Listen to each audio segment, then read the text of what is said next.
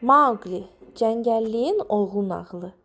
Mauqli adlı balaca bir oğlan Hindistanın sıx cəngəlliklərində itir.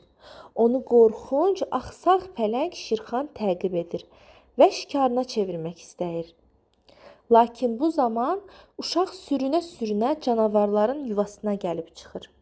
Ata canavar və ana canavar Rakşa balacanı öz ailəsinə qəbul edir və onu Şirxanın pəncəsindən qoruyurlar. Onlar uşağın adını Mauqli qoyurlar. Bu da qurbağa deməkdir. Cəngəllik qanununa görə insan balasının sürüdə qalması üçün iki fərqli heyvanın ona zamin durması lazım idi. Bu zaman Balu adlı xeyirxah qonur ayı və qara panter Bagira Mauqlinin müdafiəsinə qalxırlar.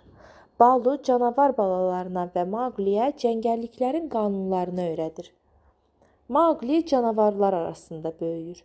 O ağaclara bəbir kimi dırmaşır, suda balıq kimi üzür, heyvanların dilini öyrənirdi. Akela adlı qorxmaz qoca canavar sürünün başçısı olur və Mauqliyə hakimlik edir. Mauqlinin ən sadiq dostları Bagira və Baludur. Həmçinin müdrik və nəhəng piton ilan Ka da ona çətin anlarda kömək edirdi. Ən böyük düşməni isə acgöz və hiyləgər pələng Şirxan idi. Şirxan hər zaman Mauqlini insan olduğu üçün qəbul etmirdi və onu öldürmək üçün fürsət axtarırdı. Mauqli böyüyüb güclü, ağıllı və qorxmaz bir gənc olur.